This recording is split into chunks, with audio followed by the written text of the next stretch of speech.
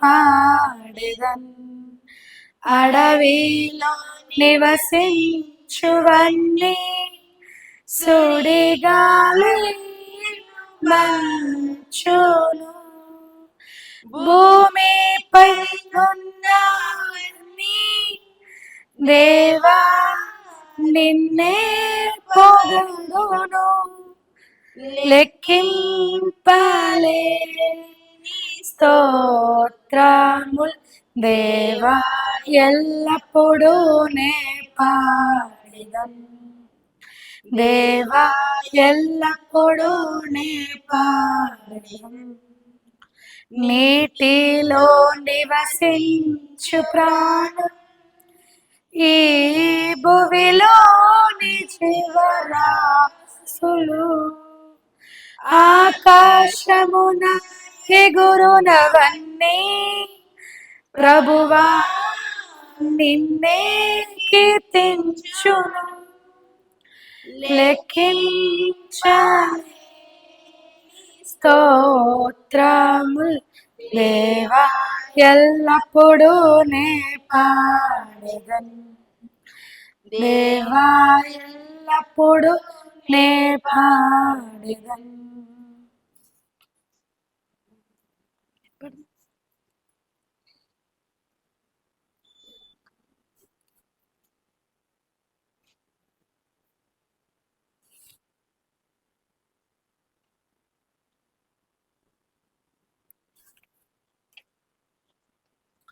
పాట సంఖ్య 19 అండి. ప్రియ యేసు నిర్మించితివి ప్రియమా ముదమార వసించునా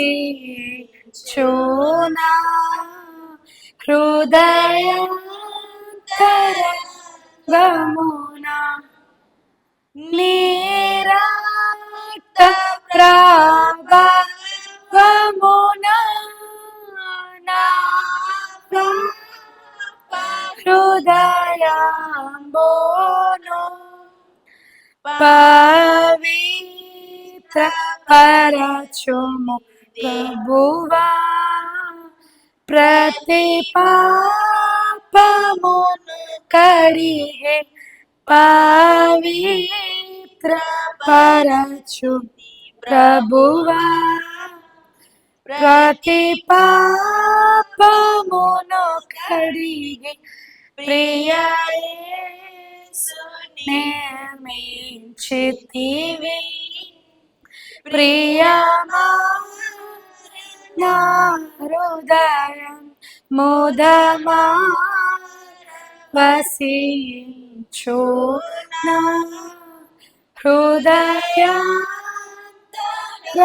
హృదయాంతరంగమున ఆజాగరు కూడనైతి నిజాశ్రయమును విడచి కరుణా రసముతో నాకై కనిపెట్టితివి ప్రభువా కరుణా రసముతో నాకై కనిపెట్టితివి ప్రభువా ప్రియ యేసు నిర్మించితివి ప్రియమా నా హృదయం ముదమార వసించునా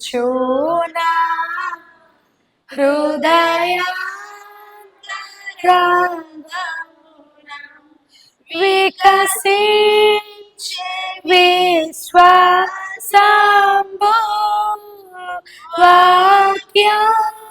వాక్యమును చదువగనే చేరితి నీదు దారి కోరి నడిపించుము చేరితి నీదు దారి కోరి నడిపించుము ప్రియా యేసుని చితివి ప్రియమా ముదమా వసించునా హృదయాంతరంగమున ప్రతి చోట నీ సాక్షిగా ప్రభువా నిన్నుండునట్లు ఆత్మతో బలపరచు ఆత్మీయ రూపొంద ఆత్మతో బలపరచుము ఆత్మీయ రూపొంద ప్రియా యేసు చితివి ప్రియమా నా హృదయం ముదమా వసించునా హృదయాంతరంగమున.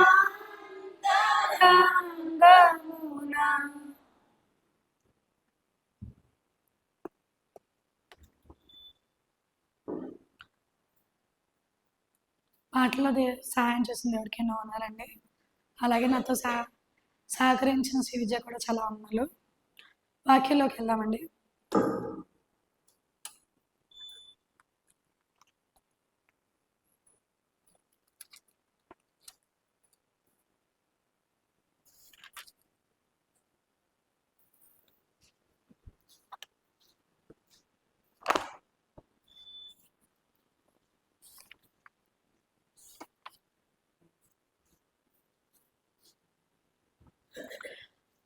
పోయిన బుధవారం స్త్రీల కొడుకు ఏం చెప్పుకుని ఎవరికైనా గుర్తుందంటే ఎవరి కోసం నేర్చుకున్నాం?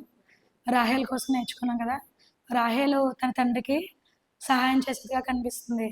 అట్లీదిగానే తన తండ్రిని తన భర్తను అడిగినప్పుడు బిడ్డల కోసం నేను కాదు ఎవరిని అడగమని చెప్పాడు? బిడ్డలు ఇచ్చే దేవుడు. నేను కాదు దేవుని అడగమన్నప్పుడు ఆమె మొర ఆలకించి తనకి బిడ్డనిచ్చినట్టు రాహేల్ కోసం చాలా సంగతులు నేర్చుకున్నాం కదా మనం. అలాగే ఈరోజు దీనా కోసం నేర్చుకుందాం. తెలుసండి మీ ఎవరికైనా దీనా? దీనా ఎవరో కాదు, యాకోబు కుమార్తె. యాకోబుకి ఎంతమంది కుమారులండి? మీ అందరికీ తెలుసు. అవును, సండే స్కూల్ పిల్లలకి బాగా తెలుసు. యాకోబుకి 12 మంది కుమారులు. లేయాకి రాహేలకి కలిపిన దాసికి తన సంతానం అందరికీ కలిగిన ఎంతమంది? 12 మంది. అయితే ఆ 12 మంది కాకుండా దీనా అనే ఒక్కగానొక్క కుమార్తెను కూడా యాకోబుకి అంటాడు.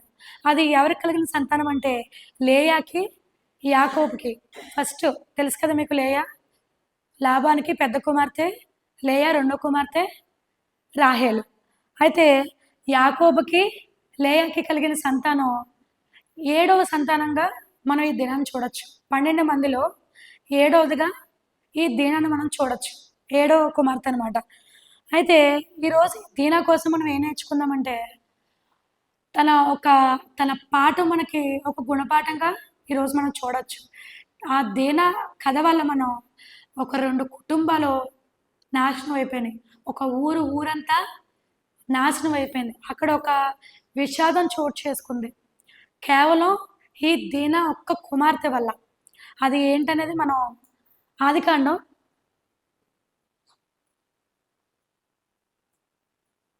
34వ అధ్యాయం.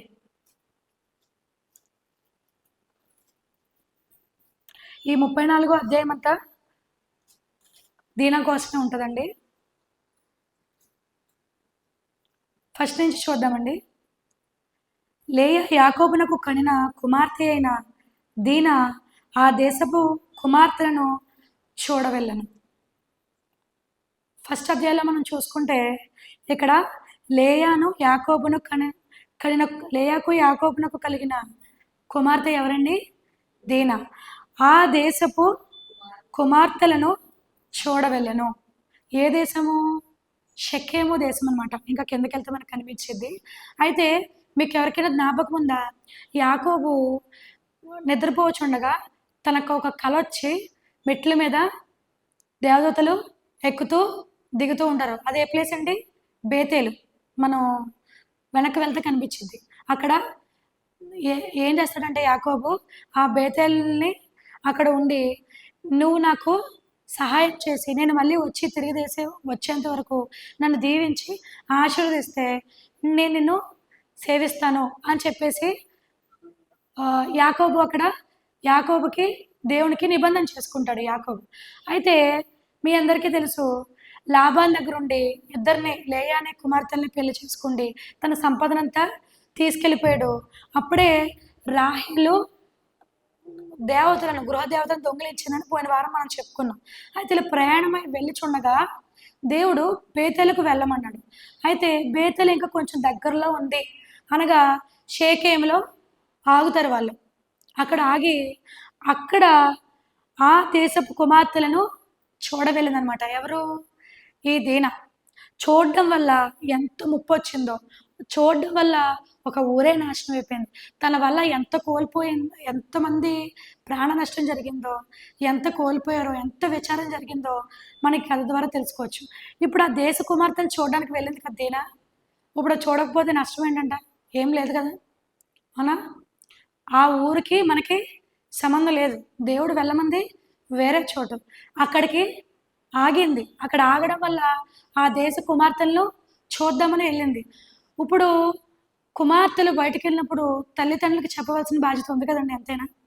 ఒక కుమార్తె బయటకు వెళ్తుందంటే, అమ్మా వాళ్ళ చోటుకి వెళ్తున్నాను, అమ్మా లేదా డాడీ ఇక్కడికి వెళ్తున్నాను అని చెప్పవలసిన బాధ్యత ఇప్పుడున్న కుమార్తెలకి ఎంతైనా ఉంది. అలాగే ఎక్కడికి వెళ్తున్నారో అడగాల్సిన బాధ్యత ఎవరికి ఉందండి? తల్లిదండ్రులు కూడా అంతే ఉంది.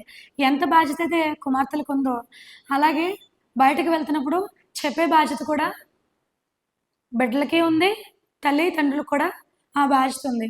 అయితే ఇక్కడ చెప్పకుండా వెళ్ళింది దీన. అలాగే తల్లిదండ్రులు కూడా ఎక్కడికి వెళ్తున్నావు, ఏంటి, ఇది ఇప్పుడు అవసరమా, ఆ దేశంలో కుమార్తెను చూడడానికి వెళ్ళడం అవసరమని ఏం ప్రశ్నించలేదు. అయితే వెళ్ళడం వల్ల ఏం జరిగిందో చూద్దాం. 2వ వచనం మనం. ఆ దేశపు నేలిన హివ్వీయుడైన హామెరు కుమారుడగు షేకెము ఆమెను చూచి ఆమెను పట్టుకొని ఆమెతో శయనించి ఆమెను అవమానపరచెను. వెళ్ళడం వల్ల ఏమైందండి? గడప దాటి బయటికి వెళ్ళడం వల్ల అక్కడ ఏం జరిగింది? చాలా ఘోరం జరిగిపోయింది. జరగరాని పని జరిగిపోయింది. ఏమైంది? ఒక రాజు, హివ్వీయుడని రాజు, హామోరు కుమారుడగు షేకెన్ అంటే యువరాజు అనమాట. అంతే కదా, రాజు తర్వాత కుమారుడు ఏమవుతాడంటే యువరాజు. ఆ రాజు కుమారుడు ఏం చేశాడు? ఈమెను చూచి పట్టుకొని ఆమెను చెరిపేసి అవమానం చేశాడు. బయటికి వెళ్ళడం వల్ల ఏమైంది? ఇక్కడ ఒక అవమానం జరిగింది. అయితే ఇక్కడ ఫస్ట్ ఏం చేశాడండి? చూచాడు. ఈ 2 అధ్యాయాలు మనం బాగా స్టడీ చేస్తే ఆమెను చూచాడు. ఫస్ట్ ఏం చేశాడు? చూశాడు. ఇక్కడ పాపం ఫస్ట్ ఎక్కడి నుంచి మొదలైద్దంటే చూడడం నుండే మొదలైద్ది. మనం ఇంకా కొత్త నిబంధనలు చూసుకుంటే పాపం చూడడం ద్వారా మొదలైద్ది. మన దేహానికి ఏంటండి దీపము? కన్నే కదా. మన దేహానికి దీపము కన్ను. నీ కన్ను ఎంత తేటగా ఉంటుందో నీ హృదయం కూడా అంతే తేటగా ఉంటుంది. ఎప్పుడైతే నువ్వు కంటితో పాపం చేస్తావో అప్పుడు నీ దేహం అంతా ఆటోమేటిక్గా చెడిపోద్ది. నీ శరీరం కూడా అపవిత్రమైద్ది. ఇక్కడ చూడడం వల్ల ఎంత పాపం ఇంకా ముందుకెళ్ళిందంటే, ఒక్కసారి చూడడంలో పాపంలో పడితే అది ఇంకా వెనక్కి లాగదండి, ముందుకు తీసిపోద్ది కదా.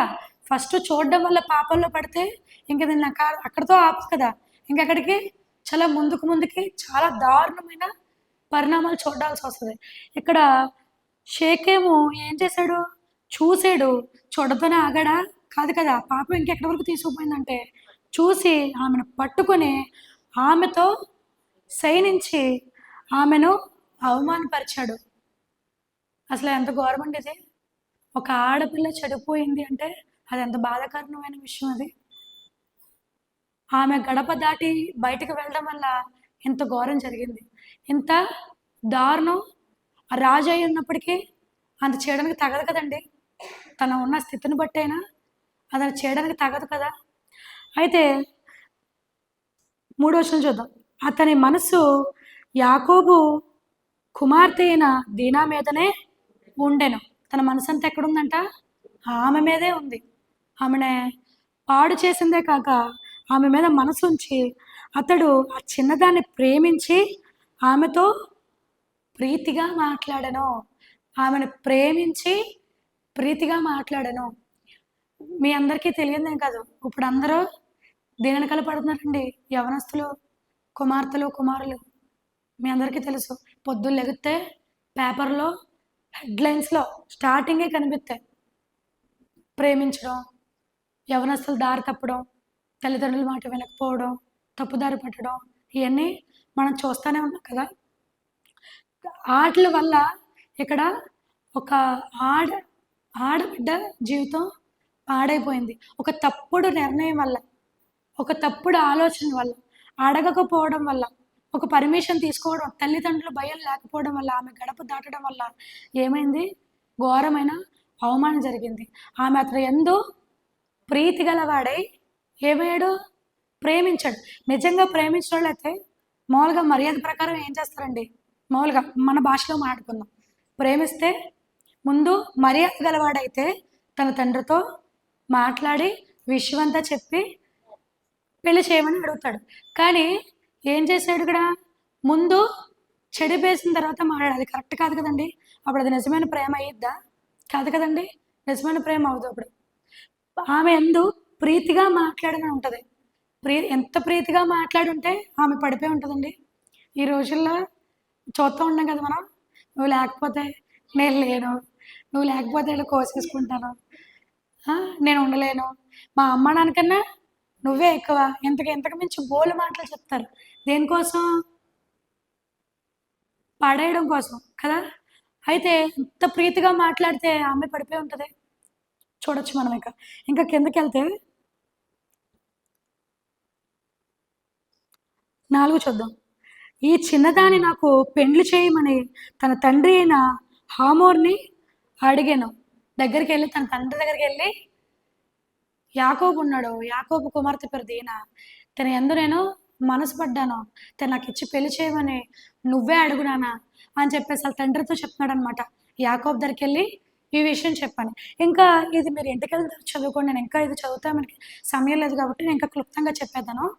అయితే ఇంటికి వెళ్ళి అడగమన్నప్పుడు యాకోబు దగ్గరికి వెళ్ళి తండ్రి వెళ్ళి, నా కుమారుడు షెకెము మీ అమ్మాయి మీద మనసు పడ్డాడు, మీకు అనుమతి అయితే మీ బిడ్డను మాకు ఇస్తే మేము పెళ్లి చేసుకుంటాము అని చెప్పి చెప్తున్నప్పుడు 6వ వచనంలో చూద్దాము. 5 నుంచి చూద్దామండి. తన కుమార్తెను అతడు చెరిపినని యాకోబు విని తన కుమారులు పశువులతో పొలములో ఉండినందున వారు వచ్చే వరకు ఊరకుండెను. అంటే ఈ విషయం తెలియగానే ఏం మాట్లాడలేకపోయాడు. ఏ తండ్రి అయినా ఏమవుతుందండి మాటలు? నిజమే కదా. నీ కుమార్తె ఇలా పాడైపోయింది, ఇలా అవమానానికి గురైంది, నీ కూతురికి ఇలా జరిగింది అనగానే ఏ తండ్రికి నోట్లో నుంచి మాట్లాడదు. అలాగా ఊరకున్నాడంట. ఎవరికి? ఇంకా ఉన్నారు కదా 12 మంది కుమారులు. ఇంకా తన 7వ సంతానం అంటే ఇంకా ఎంతమంది ఉన్నారు? 6. దాంట్లో 2 పొలంలో ఉన్నారంట. వాళ్ళు వచ్చేంత వరకు అలాగే ఏమీ మాట్లాడకుండా ఊరకనే ఉండిపోయాడు. షేకేము తండ్రి హామోరును యాకోబుతో మాట్లాడటకు ఎదురుకు వచ్చను. యాకోబు కుమారుని ఆ సంగతి విని పొలముల నుండి వచ్చిరి. అతడు యాకోబు కుమార్తెతో సైనించి ఇశ్రాయేల్ జనముల్లో అవమానకరమైన కార్యము చేసను, ఇది చేయరాని పని కనుక ఆ మనుషులు సంతాప పొందిరి, వారికి మిగుల కోపం వచ్చింది. ఇశ్రాయేల్లో ఇది చేయరాని పని, ఘోరమైన అవమానం జరిగిపోయింది. ఇశ్రాయేల్లో ఇది ఎప్పుడూ లేదు. ఇశ్రాయేల్లో జరగకూడని పని, అవమానమైన పని జరిగిపోయిందని వీళ్ళిద్దరికీ అంటే ఎవరవుతారు? అన్నలు అవుతారు. రాగానే ఈ అన్నకి ఈ విషయం తెలియగానే కోపం వచ్చేసింది. అంతే కదండి. ఏ అన్నకైనా కోపం వచ్చింది. నీ చెల్లిలాగా అయిపోయింది అంటే ఏ అన్నకైనా కోపం వచ్చింది. కోపం వచ్చి అప్పుడు హామోరు వారితో, షేకేము అను నా కుమారుడు మనసు నీ కుమార్తె మీదనే ఉన్నది. దయచేసి ఆమెను అతనికి ఇచ్చి పెండ్లి చేయుడి.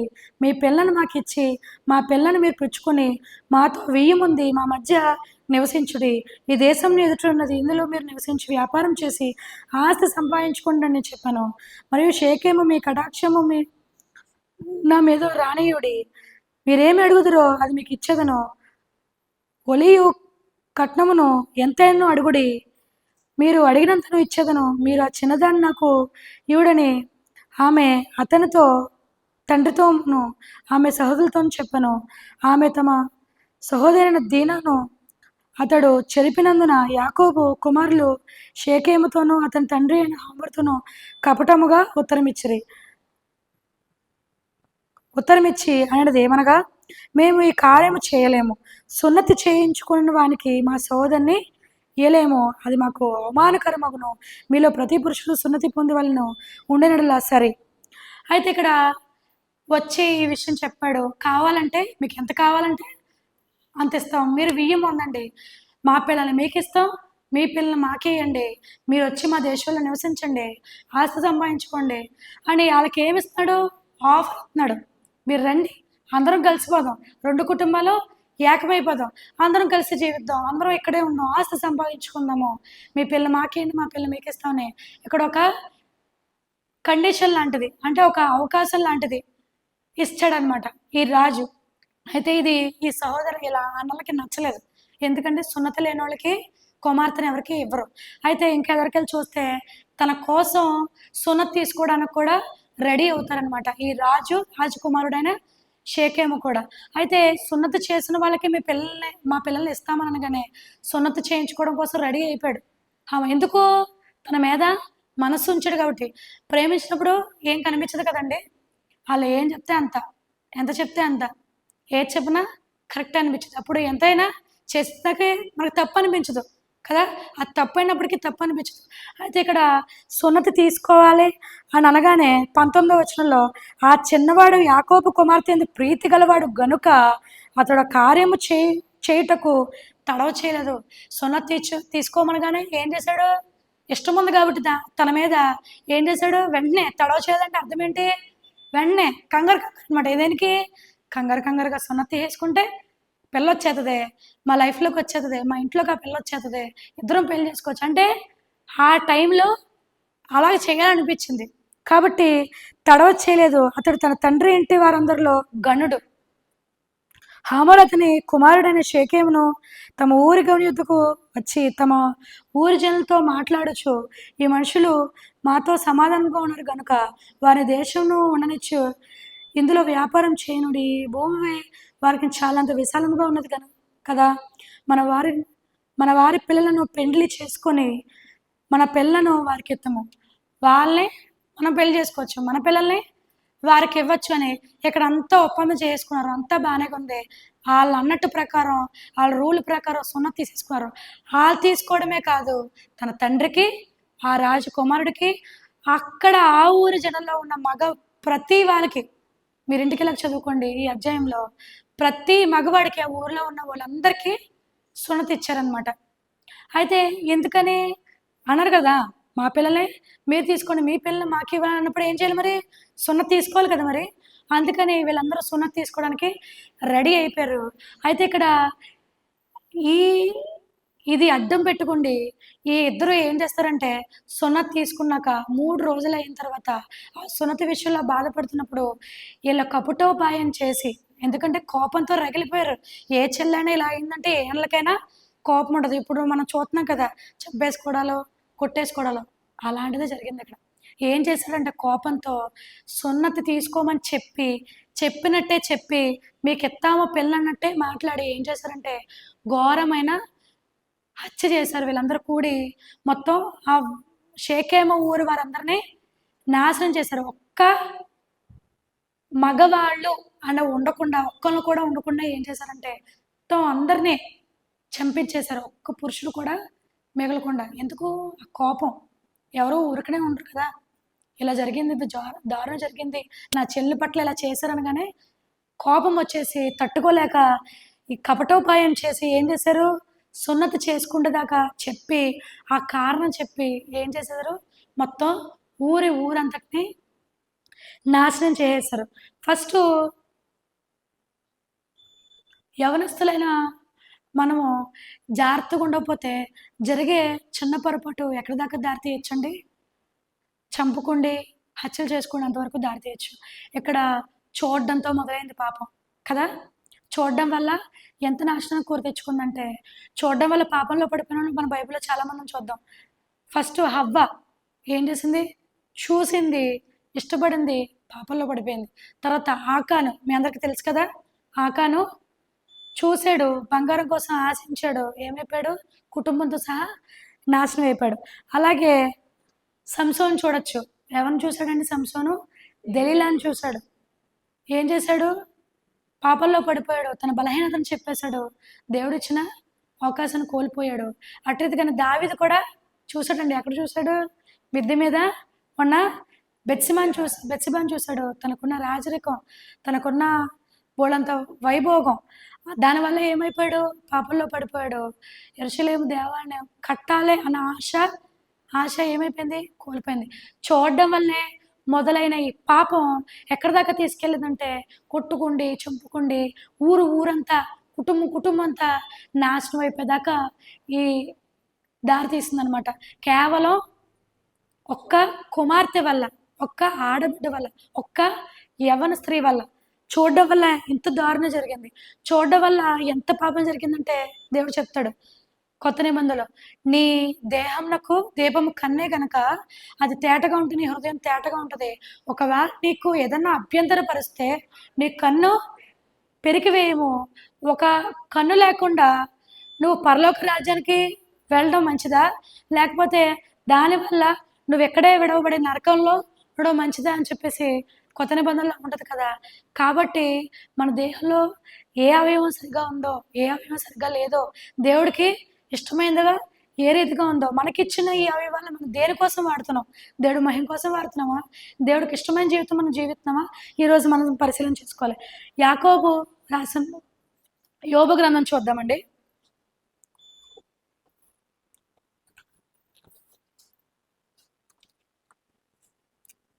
యోబు తన కంటితో నిబంధన చేసుకున్నాడంట, కన్యకను నేను ఎలాగో చూడగలను అని చెప్పి చెప్తాడు. యోబు రాసిన గ్రంథం 31వ అధ్యాయం 1వ వచనం అండి. ఫస్ట్ 31, నేను నా కన్నులతో నిబంధన చేసుకుని ఉంటుంది, కన్యకను నేను ఎలాగో చూదను. నేను నా కన్నులతో నిబంధన చేసుకున్నాను అంటే ఏంటండి, దేవుడి దగ్గర ఒక నిబంధన చేసుకున్నాడు, పాపముని చెడు వాటిని నేను నా కంటితో చూడను. ఎప్పుడైతే చూస్తామో దేవుడు ఏదైనా పొరపాటు చేస్తాం. కాబట్టి యోబు ఇక్కడ నిబంధన చేసుకున్నాడు, నా కంటితో నేను నిబంధన చేసుకున్నాను, కన్యకను నేను ఎలాగో చూస్తాను. అంటే చూడంగానే పాపం కదండి, అందుకని చెప్తున్నాడు ఇక్కడ, చూస్తేనే పాపం కాబట్టి కన్యకను నేను ఎలాగో చూస్తాను, నా కంటితో నేను నిబంధన చేసుకున్నాను. ఈరోజు యవనస్తులైన మీరు దేవునితో నిబంధన చేసుకుంటున్నారా? ఏమా యవనస్తులైన మీరు దేవుడి దగ్గర నిబంధన చేసుకుంటున్నారా? నీ యవన జీవితంలో దేవునికి ఇచ్చిన ఈ యవన కాలం ముందు లెక్క చెప్పాల్సిన అవసరం ఎంతనే ఉంది. నీ యవన కాలంలో ప్రసంగిలు చెప్తాడు, నీ యవన కాలం ముందు సంతోషించు, తిరుగు, కానీ ఒక రోజు దేవుడికి లెక్క చెప్పాల్సిన రోజు ఉంది. దేవుడి దగ్గర నిలవబడాల్సిన రోజు ఒకటి ఉంది. ఆ రోజు మర్చిపోవద్దు. నీ యవనకాలం ముందు సంతోషించు, తిరుగు, సుఖించు, నీ స్నేహితులతో సంతోషించు, కానీ దేవుడికి ఒకరోజు లెక్క చెప్పవలసిన అవసరం ఉంది. యవనస్తులైన ఈరోజు యవనస్తులు ఎలా ఉండాలంటే, బలవంతం చేతిలో బాణం వంటిగా ఉండాలి. కానీ ఈరోజు యవనస్తులు ఎలా ఉంటున్నారండి, తల్లిదండ్రులకి అవమానం తెచ్చేవాళ్ళుగా ఉన్నారు, తల్లిదండ్రులకి ఘనహీనంరాలుగా ఉంటున్నారు. నిన్ను కన్నందుకు నీ తండ్రులు సంతోషపట్టాలా, సంతోషంగా ఉండకూడదండి. ఎందుకు కన్నామా అని అనిపించుకోకూడదు కదా. మనం నీ తల్లిదండ్రుల్ని సన్మానించమని కొత్త నిబంధనలు చెప్తుంది ఎఫెసీయులకు రాసిన పత్రికలో. నీ తల్లిదండ్రుల్ని సన్మానిస్తే నువ్వెలాగా ఉంటావు, దీర్ఘాయుష్యం చదువుతాం కదా మనం ఎఫెసీయులకు రాసిన పత్రికలో. నీ తల్లిదండ్రుల్ని సన్మానించము, అప్పుడు నువ్వు దీర్ఘాయుష్మంతులు. నీ తల్లిదండ్రులను సన్మానించే వాళ్ళగా ఉండకపోయినా మనం వాళ్ళని అవమానపరిచేవారుగా మనం ఉండకూడదు. ఇక్కడ దీన ఎలా కనిపించింది? అవమానపరిచేదిగా ఉంది. తల్లిదండ్రులకి సిగ్గు తెచ్చేదిగా ఉంది. ఇక్కడ ఆమె యందు ప్రీతిగా మాట్లాడాడంట. ఎంత ఇష్టంగా మాట్లాడంటే ఆమె వశమైపోయిందండి. తన వశమైపోయింది. ఎంత ఇష్టంగా మాట్లాడుంటే ఆడితో వెళ్ళిపోయి ఉంటది కదండీ! అయితే ఇక్కడ యాకోబు ఏమీ మాట్లాడకుండా ఉండిపోయాడు. ఒక ఒక ఎగ్జాంపుల్ చెప్తాను మీకు. మామూలుగా మనం ఒక దారంట నడుచుకుంటూ వెళ్తుంటే ఏదన్నా ఒక చోట ఏదన్నా చెత్త కుప్పో లేకపోతే ఏదైనా చనిపోయినా లేకపోతే ఏదన్నా భరించలేనిది అక్కడ కనిపిస్తే ఒక వాసన కొడితే మనం ఏం చేస్తామండి ఆటోమేటిక్‌గా? ముక్కు మూసుకుంటాం కదండీ! ఎందుకని? అది భరించలేనిది కాబట్టి. కంపు కొట్టేది కాబట్టి. ఇక్కడ ఈ అధ్యాయం యాకోబు చరిత్రలో ఇదొక నేనేమంటానంటే ఒక కంపు కొట్టే అధ్యాయంగా ఇది ఉండిపోయింది. ఒక హెచ్చరికగా యవనస్తులకి ఇది ఉండిపోయింది. ఒక అవమానకరంగా యాకోబుకి తన జీవితంలో ఒక మాయలేని మచ్చగా ఉండిపోయింది ఇది. ఒక ఈ బైబిల్ తెరిస్తే ఈ అధ్యాయం ఒక కంపు కొట్టేదిగా, ఒక దుర్గంధం, ఒక వాసన వచ్చేదిగా, ఒక ఆడబిడ్డ పాడైపోయిందంటే అదొక చాలా బాధాకరమైన విషయమైన కాబట్టి ఎంతో అందుకని కానీ దేవుడు ఇది గ్రంథంలో ఎందుకు ఉంచాడు? మనకి మంచి ఉంచొచ్చు, చెడు కూడా మనకి ఎందుకు ఉంచాడండి? యుగాంతమందు మనకి బుద్ధిగా చెప్పడానికి ఉంచాడు. ఆ రోజుల్లోనే జరిగిందంటే ఈ రోజుల్లో మనకి జరగట్లేదండి. పాపం విస్తరిస్తుంది కాబట్టే ఇప్పుడు జనాలందరూ ఇలాగే తయారవుతున్నారు కదా! సమాజం ఇలాగే ఉంటుంది కదండీ! అందుకని మనకి బుద్ధి చెప్పడం కోసమే దేవుడిక్కడ ఇది రాయించాడని నేను అనుకుంటున్నాను. ఎందుకంటే ఇప్పుడు ఇలాగే ఉందండి. ఎక్కడ ఏ న్యూస్ పేపర్ చూసినా, ఏ టీవీ ఆన్ చేసినా, ఏ న్యూస్ వార్తలు ఓపెన్ చేసిన టీవీ ఆన్ చేయగానే ఇవే కనిపిస్తున్నాయి. పేపర్‌లో కూడా హెడ్‌లైన్స్ ఇవే కనిపిస్తున్నాయి. యవ్వన బిడ్డలు ఖచ్చితంగా ఇప్పుడున్న ఈ సమాజంలో బాగా చెడిపోతున్నారు. కాబట్టి అది మనకు బుద్ధి చెప్పడం కోసమే ఇక్కడ యాకోబు కుమార్తె ఈ విధంగా మనకి మన కళ్ళ ముందు కనిపించి మనకొక హెచ్చరికలాగా మనకు చెప్తుంది. అలాగే దేవుడు లేని కుటుంబం ఎలాగుంది? పాడైపోయింది. అలాగే మన జీవితంలో దేవుడు లేకపోతే మన జీవితం కూడా పాడైపోద్ది. ఇక్కడ ఈ అధ్యాయంలో మీరు ఇంటికెళ్ళి చదువుకుంటే దేవుడు గాని, యెహోవాను గాని, దేవుడు యాకోబుని చూసాడని గాని ఎక్కడ మనకి ఈ అధ్యాయంలో కనిపించదు. అసలు దేవుడు లేని అధ్యాయం అంటే ఇదేనేమో. దేవుడు ఇన్వాల్వ్ అయినట్టు గాని, దేవుడు చూసినట్టు గాని, దేవుడు చెప్పినట్టు గాని ఇక్కడ ఎక్కడ ఈ అధ్యాయంలో కనిపించదు. దేవుడు లేని ఒక అధ్యాయం ఇక్కడ ఇది ఒక అధ్యాయం ఎలా కంపు కొట్టేదిగా కనిపిస్తుందో, అలాగే మన జీవితంలో దేవుడు లేకపోతే మన జీవితం బాగోదండి. అతలాకుతలం అయిపోద్ది. మన జీవితం నలుగురు చెప్పుకుంటే హాస్యాస్పదంగా మారిపోద్ది. నలుగురు చెప్పుకుంటే ఒక కథలాగా, ఒక అవమానకరమైన జీవితంలాగా ఇది మిగిలిపోద్ది. ఒక భయంకరమైన, బాధకరమైన ఉండిపోద్దనమాట. అయితే ఈ యాకోబు ఈమె ఇలా తయారవ్వడానికే నేనంటాను యాకోబే కారణం అంటాను. ఎందుకంటారేమో ఇంకా మీకు చదివించడానికి నాకు సమయం లేదు కాబట్టి చెప్పేస్తున్నాను. యాకోబు లేయాని ప్రేమించాడా? రాహేల్‌ని ప్రేమించాడండి? రాహేల్‌ని ప్రేమించాడు కాబట్టే కొలువు చేసి పెళ్లి చేసుకున్నాడు. తనకు తెలియకుండా లేయాని పంపించాడు కాబట్టి లేయాని యాకోబు ద్వేషించాడు. కాబట్టి ఈమెకి లేయా, యాకోబు అంటే తన తల్లిదండ్రులు ప్రేమగా మాట్లాడుకోవడం గాని, ప్రేమగా ఉండడం గాని తనెప్పుడు చూడలేదు. చూడలేదు కాబట్టే ఆళ్ళిద్దరి మధ్య ప్రేమ లేదు కాబట్టే బయట ప్రేమ ఎతుక్కుంటా ఎళ్ళిందని నేననుకుంటున్నాను. కదా! ఇంట్లో సఖ్యతగా ఉంటే, ఇంట్లో అనుబంధంగా ఉంటే, ఇంట్లో ప్రేమలు, ఆప్యాయతలుంటే నీ బిడ్డలు అయి చూసుతూ పెరిగితే బయట ప్రేమ వెతుక్కోరు కదండీ! కదా! నాకనిపించింది యాకోబు, లేయా అంటే యాకోబు రాహేలు ప్రేమించాడు కాబట్టి, లేయాని ద్వేషించాడు కాబట్టి, లేయా మీద ఎప్పుడు దృష్టి ఉంచలేదు. లేయానెప్పుడు ప్రేమగా చూడలేదు. ప్రేమగా మాట్లాడుకోవడం, ప్రేమగా ఉండడం, వాళ్ళ బంధం సరిగా లేదు కాబట్టి, అక్కడ లోపించింది కాబట్టి, ఎక్కడ ఎతుక్కుంటకు బయటకొచ్చింది? ఊరి మీదకి ప్రేమను ఎతుక్కోవడం కోసం బయటకొచ్చింది. అదే నీ దగ్గర దొరుకుంటే తండ్రిగా, తల్లిగా ఆమె బయటికెళ్ళేది కాదు. ఒక తల్లిదండ్రులుగా నీ దగ్గర దొరుకుంటే ఆమె బయటికెళ్ళేది కాదు. ఇప్పుడు ఈరోజు ఈ సమాజంలో ఉన్న మనం నీ కుమారులు ఎలాగుంటున్నారా? దానికి నువ్వే కారణమవుతున్నావా? తల్లిదండ్రులుగా నీ బాధ్యత లేదా? మనం ఆలోచిద్దాం. నీకు నీ బిడ్డలు దేవుడిచ్చిన బహుమానం. ఆ బహుమానాన్ని కాపాడుకోవాల్సిన బాధ్యత తల్లిదండ్రులుగా ఎంతైనా ఉంది కదండి. ఆ ఇచ్చిన బహుమానాన్ని నువ్వు భద్రం చేసుకుంటున్నావా? నీ బిడ్డలను కాచుకుంటున్నావా? నీ బిడ్డలు ప్రేమ కోసం బయటకెళ్తున్నారంటే మీరు ప్రేమగా ఉంటున్నారా? మీరు సఖ్యతగా ఉంటున్నారా? మీరు తల్లిదండ్రులైన మీరు మీ యందు భయభక్తులు కలిగి ఉంటున్నారా? ఒక్క బిడ్డని నువ్వు భయభక్తుల్లో పెంచితే వాళ్ళు బయటకు పోరు కదండి. చెప్పి వెళ్ళాలన్న జ్ఞానము దీనికి ఉండదు కదండి. ఎంత భయభక్తులు లేకపోతే ఆమె బయటికెళ్ళిందంటారు. బయటికెళ్ళేటప్పుడు ఆ దేశపు కుమార్తెలు వెళ్ళినప్పుడు అడగాల్సిన బాధ్యత తల్లిదండ్రులుగా ఎంతైనా ఉంది. వాళ్ళు అడగలేదంటే అక్కడ ఆమెకి భయం లేనట్టుగా మనం చూడొచ్చు. తల్లిదండ్రులుగా బాధ్యత లేదు వాళ్ళకి, అడగాలన్న భయం కూడా ఈమెకు లేదన్నట్టుగా మనం చూస్తున్నాం. కాబట్టి అది కాస్త ఎక్కడికెళ్ళింది? నాశనం అయిపోయేంత వరకు వెళ్ళిపోయింది. అక్కడ యాకోబు మనకు కారణంగా ఎలా కనిపిస్తున్నాడో, అలాగే ఈరోజు మన జీవితంలో యాకోబు చేసిన పొరపాటే మనం చేస్తున్నామా? తల్లిదండ్రులుగా మన బిడ్డల్ని ఎక్కడికెళ్తున్నావు? ఎప్పుడొస్తావు? అక్కడికి వెళ్ళాల్సిన అవసరం ఏంటి? ప్రార్థన చేసుకుంటూ గడప దాడుతున్నావా నువ్వు? దేవుణ్ణి అడిగావా? నీ ఉద్యోగ రీత్యాలో దేవుణ్ణి అడిగావా? నీ చదువు విషయంలో దేవుణ్ణి అడిగావా? నీ భవిష్యత్తు విషయంలో అడిగావా? నువ్వు చేసే ప్రతి దాంట్లోనూ దేవుణ్ణి అడిగావా నువ్వు? అని బిడ్డలను అడగగలుగుతున్నారా మీరు? బయటికి వెళ్ళే ముందు ఆపగలుగుతున్నారా?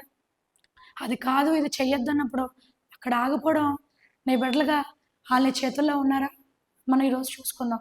నేను అనుకుంటున్నాను, యాకోబు లేయ అడగనందువల్లే ఈమె బయటకు వెళ్ళడం వల్లే ఈమె జీవితం నాశనం అయిపోయింది. ఈరోజు నీ బిడ్డలు నువ్వు పరిశీలిస్తున్నావా లేదా? తల్లిదండ్రులుగా మనం జ్ఞాపకం చేసుకోవాలి. అలాగే యవన బిడ్డలు మీకు కూడా చెప్తున్నాను, మీరు చేసే ప్రతి ఆటలోనూ దేవుడు ఉంటున్నాడా? దేవుడిని అడుగుతున్నారా? మీరు వెళ్ళే ప్రతి ఆటలోనూ మీరు కావాలనుకున్న ప్రతిదీ దేవుని అడిగే పొందుతున్నారా? అలాగే మీ బిడ్డలు కూడా దేవుడిని భయభక్తులు పెంచుతున్నారా? ఒక భయభక్తులు కలిగి ఉంటే గనక ఆమె బయటికి గడప దాటదు కదండి. ఈ భయభక్తులు కావాలంటే బాల్యం నుంచే సృష్టికి సృష్టికర్తను స్మరణకు తెచ్చుకోవాలి. స్మరణకు తెచ్చుకోలేదు కాబట్టి ఈమె ఏమైంది? విడవబడిన దానిగా మనం ఇక్కడ చూస్తున్నాం. తల్లిదండ్రులుగా మనం చిన్నప్పటి నుంచి మనం ఎవరిలో పెంచాలండి? దేవుని భయభక్తుల్లో పెంచాలి. ఇక్కడ యాకోబు దేవుడి భయం ఉంది, కానీ ఎందుకు ఈ దారుణాన్ని ఇక్కడ ఇంత దారుణం జరిగితే ఊరకుండా ఉండిపోయాడంటే అక్కడ తన తప్పు కూడా ఉంది. కాబట్టి నేను అనుకుంటున్నాను, యాకోబు కూడా తప్పు ఉంది కాబట్టి ఊరకుండా నిలిచుండి ఉండిపోయాడు. ఊరకుండా ఉండిపోయాడు. ఏమీ మాట్లాడలేకుండా, ఏమీ అనలేక అయోమయ పరిస్థితుల్లో ఇక్కడ తల్లిదండ్రులుగా మనం ఉండిపోతున్నామేమో మనం పరిశీలన చేసుకుందాం. తల్లిదండ్రుల ప్రేమ లేదు కాబట్టి బయట గడప బయట దాటి బయట ప్రేమ ఎత్తుక్కోవడానికి వెళ్ళింది. కాబట్టి దీన తన జీవితం ఎట్రీతిగా అయితే నాశనం అయిపోయిందో, అలాగే మనం మన బిడ్డల్ని దేవునిలో పెంచితే చిన్నప్పటి నుంచి దేవుడు ఏందో దృష్టించి బాల నుంచే సృష్టికర్తని స్మరణకు తెచ్చుకుంటూ యవ్వనగుల్లో కూడా బలమైన సాధనంగా వాళ్ళు వాడబడుతూ బలవంతుల చేతిలో బాణంగా మనం ఉంటే కనుక దేవుడు మన దృష్టి ఉంచితే మన జీవితం నాశనం అయిపోదండి. మన జీవితం కట్టబడుతుంది. ఇక్కడ ఎలాగైతే యాకోబు నిర్లక్ష్యం చేశాడో తన కుమార్తెని బయటకు దాటి తన అవమానపరిచి ఆమె విడవబడిందిగా చూస్తున్నామా మనం, అలాగే ఇప్పుడు మన జీవితం పరిశీలన చేసుకుందాం. మన బిడ్డల్ని కాచుకుంటున్నామా? మనం ఇచ్చిన బహుమానాన్ని భద్రం చేసుకుంటున్నామా? దేవుడు ఇచ్చిన బహుమానాన్ని భద్రం చేసుకుందామా? ఈ కాడి నుంచి మన బిడ్డల కోసం ప్రార్థిద్దాం. అలాగే ఈ కథలో మీరు ఇంటికి వెళ్ళి చదువుకోండి. ఊరి అంతటినీ తన అన్నలైన ఇద్దరు నాశనం చేసేసారు. మొత్తం ఒక్క మగవాడు కూడా, ఒక్క పురుషుని కూడా ఉండకుండా నాశనం చేసేసారు. నాశనం చేసేసినందుకు ఇక్కడ యాకోబు మాటలు చూద్దామండి. వారు 26 వచనం చూద్దాము. వారు హామరు అతని కుమారుడైన షేకేమును కత్తివాత చంపి షేకేము ఇంటి నుండి దీనాను తీసుకుని వెళ్ళిపోయారు. ఇదంతా జరిగేదాకా దీనా ఎక్కడుందండి? షేకేము దగ్గరే ఉంది. అది అసలు ఒక రకంగా చెప్పాలంటే కిడ్నాప్ అని చెప్పాలి కదా. నిజంగా నీకు నచ్చితే, నిజంగా మర్యాద చొప్పున జరిగించాలైతే ఆమెను తీసుకొచ్చి ఆమె తండ్రికి అప్పచెప్పి నేను ఇలాగ ప్రేమించాను, ఈమె అందు మనసు ఉంచాను, ఈమెను కావాలనుకుంటున్నాను, పెళ్లి చేసుకోవాలనుకుంటున్నాను, కాబట్టి ఈమెనకి ఇచ్చి పెళ్లి చేయమని ఆమె బిడ్డ అక్కడ ఉన్నప్పుడు నువ్వు అడగాలి. కానీ ఇక్కడ ఏం చేశాడు షేకేము? ఇంట్లో ఎట్టుకుని అడిగాడు. అది ఎంత తప్పు విషయం అండి కదా. అది అసలు ఆ చేయరాని పని కదా.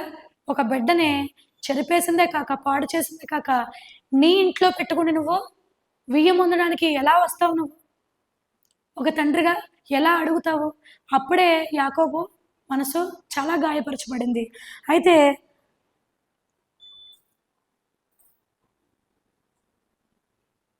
30 వచనం చూద్దామండి. అక్కడ వాళ్ళందరినీ పాడు చేసి, ఈ విషయం మొత్తం అంతా ధ్వంసం చేసేసి, చిన్న భిన్నం చేసేసి, ఊరినంతా మొత్తం పాడు చేసేసి 30 వచ్చి చూద్దాం. అప్పుడు యాకోబు షిమ్యోనును లేవిని చూచి, అంటే వీళ్ళిద్దరు అన్నదనమాట పాడు చేసింది. ఎవరు? షిమ్యోను, లేవి. షిమ్యోను లేవిని చూచి యాకోబు, మీరు నన్ను బాధ పెట్టి ఈ దేశ నివాసులైన కనానీయుల్లోనూ పెరిజీల్లోనూ అసహ్యునిగా చేస్త్రీ. నా జనసంఖ్య కొంచెమే, వారు నా మీదకి గుంపుగా వచ్చి నన్ను చంపెదరు, నేనును నా ఇంటి వారిను నాశనమవుదు అని చెప్పి, అందుకు వారు వేశ్య జరిగించినట్లు నా సహోదరుని ఎట్లా ప్రవర్తించవచ్చునా అని అని అడిగారు. ఇక్కడ తండ్రి చాలా బాధపడుతున్నాను, మిమ్మల్ని కన్నందుకు నేను చాలా బాధపడుతున్నాను. ఎందుకు ఇంత అఘాయిత్యం చేశారు మీరు? ఎందుకు ఇంత నాకు ఒక తలవంపులు తెచ్చే మెడలుగా మీరు ఎందుకున్నారు? ఎందుకు పాడు చేశారని కానీ వీళ్ళు ఏమన్నారు? ఒక వేశ్య ఎడల జరిగించినట్లు నా చెల్లి ఎడల జరిగించారు అని చెప్తాడు. తండ్రితో సమాధానం చెప్తున్నాడు. తన తండ్రికి బాధ కలిగింది, తన అన్నలకి ఇంకా కోపం వచ్చి ఏమైంది? ఊరంతటిని నాశనం చేశారు. అక్కడ కుటుంబం నాశనం అయిపోయింది, ఒక ఊరు నాశనం అయిపోయింది.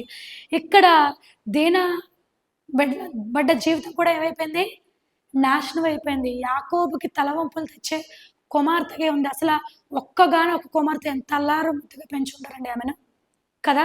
12 మంది కుమారుల తర్వాత లేక లేక పుట్టిన కుమార్తెను ఎంత గారాబం, నేను కూడా ఎంత గారాబం చేయడం వల్ల ఏమి ఇలాగుందా అని నాకు అనిపించింది. అలాగే నీ జీవితంలో తల్లిదండ్రులుగా మీరు మీ బిడ్డలను గారాబం చేస్తున్నారా? అతి ప్రేమ చూపించి ఒక ఆర్డర్ లేకుండా, ఒక క్రమశిక్షణ లేకుండా, ఒక హద్దులో, ఒక లిమిట్స్ లేకుండా మీ కూతుర్ని, మీ కుమార్తెలను, మీ బిడ్డల్ని, మీ కుమారులు పెంచుతున్నారేమో. ఇటువంటి దారుణాలు చోటు చేసుకుంటాయి. కాబట్టి ఇది ఒక మనకి హెచ్చరికని నేను అనుకుంటున్నాను. దేవుడు యుగాంతమందు బుద్ధి చెప్పడానికే మనకి అధ్యాయం రాయించాడని నేను చెప్తున్నాను. ఈ యాకోబు ఎలాగైతే తన కుమార్తెను కోల్పోయాడో, ఏమీ మాట్లాడకుండా ఊరకుండెను. ఇది మీరు అండర్లైన్ చేసుకోండి. ఊరకుండెను. ఎందుకు ఊరకుండడంటే నేను అనుకుంటున్నాను, ఆమె అలా ఉండడానికి తండ్రికి తన తప్పు ఉంది కాబట్టి ఆయన అలాగ ఉండిపోయాడని నేను అనుకుంటున్నాను. నిజంగా తల్లిదండ్రులుగా బిడ్డల్లో దేవుడు మీకు ఇచ్చిన బహుమానం కాబట్టి మీరు ఐక్యత లేకపోతే ఆ ప్రభావం పిల్లల మీద పడిద్దని ఖచ్చితంగా చెప్తానండి. చిన్నప్పటి నుంచి పిల్లలు ఏం చేస్తారండి? తల్లిదండ్రులు చూస్తే పెరుగుతారు కదా. తల్లి చీర కట్టుకుంటే అలా కట్టుకోవడం, తల్లి తల దూకుండా అలా దూకోవడం, ఏది అనుకరంగా చేస్తారు చిన్నప్పటి నుంచి పిల్లలు. దేనికోసం?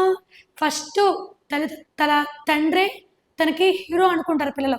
తన తల్లే రోల్ మోడల్ పిల్లలకి. చిన్నప్పటి నుంచి వాళ్ళ చూస్తా పెరిగిన వాళ్ళు, నీ జీవితం తల్లిదండ్రులుగా నీ జీవితం స్థిరంగా ఉంటే వాళ్ళ బిడ్డలు కూడా ఎలా ఉంటారండి? దేవుళ్ళు కట్టబడతారు. ఇక్కడ నీ జీవితంలో దేవుడు ఇక్కడ మెయిన్గా ఉండకపోతే నీ జీవితంలో అలాగే జరుగుతుంది. నీ కుటుంబంలో కుటుంబ ప్రార్థన ఉంటుందా? నీ బిడ్డను ప్రార్థన చేసుకోమని చెప్తున్నావా? బయటికి వెళ్ళినప్పుడు అడుగుతున్నావా? వచ్చేటప్పుడు అడుగుతున్నావా? బయటికి వెళ్ళేటప్పుడు ప్రార్థన చేయమని అడుగుతున్నావా? నీ జీవితంలో దేవుడు లేడు కాబట్టి ఇక్కడ ఈ బిడ్డకి ఎలా జరిగింది కాబట్టి మనకు కూడా మన జీవితంలో మనకిచ్చిన దేవుడు బహుమానంగా ఈ బిడ్డల్ని నీవు దేవుడు క్రమశిక్షణలో పెంచితే గనక నీ బిడ్డలు ఇలా అవరని నేను చెప్తున్నాను. అట్రీతిగానే బిడ్డలు కూడా దేవుడు భయభక్తులు పెంచాలంటే తల్లిదండ్రులుగా ముందు మనం ఎలాగుండాలండి? సరిచేయబడాలి. ఆత్మీయంగా మనం పెంచబడితే మనల్ని చూస్తూ పిల్లలు పెరుగుతారు కాబట్టి పిల్ల కూడా భవిష్యత్తు పెంచబడాలి. పిల్ల కూడా మంచి ఆత్మీయంగా దేవుళ్ళ కట్టబడాలంటే నువ్వు నీ బిడ్డలు ఎలా పెంచుతున్నావో సరిచేసుకుందాం. దానికన్నా ముందు తల్లిదండ్రులుగా మనం ఎలాగుందామో ఇప్పుడు ఇక్కడ కూర్చున్న మీరు నేను మనం కూడా తల్లిదండ్రులమేనండి. మనం అక్కడి నుంచి వచ్చిన వాళ్ళమే. మనం బిడ్డలను చూసి వచ్చిన వాళ్ళమే. ఎక్కడున్నావు ఇప్పుడు తల్లిదండ్రులుగా యవనస్తులకు నేను చెప్పేది ఏంటంటే, తల్లిదండ్రులు ఉన్నావా? నువ్వు సరిగా ఉండి దేవుళ్ళో ఉండి నీ బిడ్డలు పెంచుకో. యవనస్తులుగా ఉన్నావు దేవుణ్ణి అడుగు. నీ చదువు విషయంలో దేవుణ్ణి అడుగు. నీ భవిష్యత్తు విషయంలో దేవుణ్ణి అడుగు. నీ పెళ్లి విషయంలో దేవుణ్ణి అడుగు. నీ ఉద్యోగ విషయంలో దేవుణ్ణి అడుగు. నీ భవిష్యత్తు విషయంలో దేవుణ్ణి అడుగు. దేవుడిని అడిగితే దేవుడు నీకు ఉన్నతమైన స్థితిలో నిన్ను ఉంచుతాడని అటు రీతిగా తల్లిదండ్రులుగా బిడ్డలు పెంచవలసిన బాధ్యత, భద్రత మన దగ్గర మన మీద ఎంతైనా ఉంది కాబట్టి మనం కూడా మన బిడ్డల్ని మంచి రీతిలో పెంచాలని, ఆ తల్లిదండ్రులుగా ఎటు రీతిగా పెంచాలో ఆ జ్ఞానం ఎప్పుడు ఇవ్వాలండి మనకి? దేవుడు మనకి ఇవ్వాలి. అటు రీతిగా నేను ఇప్పటికీ అడుగుతాను దేవుణ్ణి, ప్రభువా నాకు ఇచ్చావు బహుమానం, చిన్న బిడ్డగా ఉంది, తను ఎటు రీతిగా పెంచాలో మాకైతే జ్ఞానం తెలియదు. ఎటు రీతిగా పెంచాలో బిడ్డల్ని, దేవుణ్ణి క్రమశిక్షణగా పెంచాలో నేను ఎలాగైతే అడుగుతున్నానో దేవుని పేరట మిమ్మల్ని కూడా మీ బిడ్డల భవిష్యత్తు దేవుని చేతిలో పెడితే దేవుడు ఊహించలేని మేలు జరిపిస్తాడని ఈ వాక్యం ద్వారా మిమ్మల్ని హెచ్చరిస్తూ నేను కూడా హెచ్చరింపబడుతూ శ్రద్ధగా ఉన్న మీ అందరికీ వందనాలండి.